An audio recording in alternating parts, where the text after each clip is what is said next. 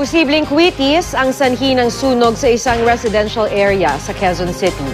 Isa ang namatay at dalawa ang nasugatan sa sunog na tumagal ng halos 6 na oras bago naapula. Makibalita tayo kay Mark Masudog. Nagngangalit na apoy ang sumalubong sa unang araw ng taong 2015 sa mga taga-barangay Apolonio, Samson sa Quezon City.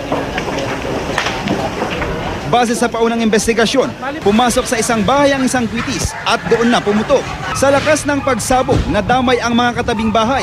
Sa taya ng BFP, mahigit 2 hektarya ang naapektuhan ng sunog.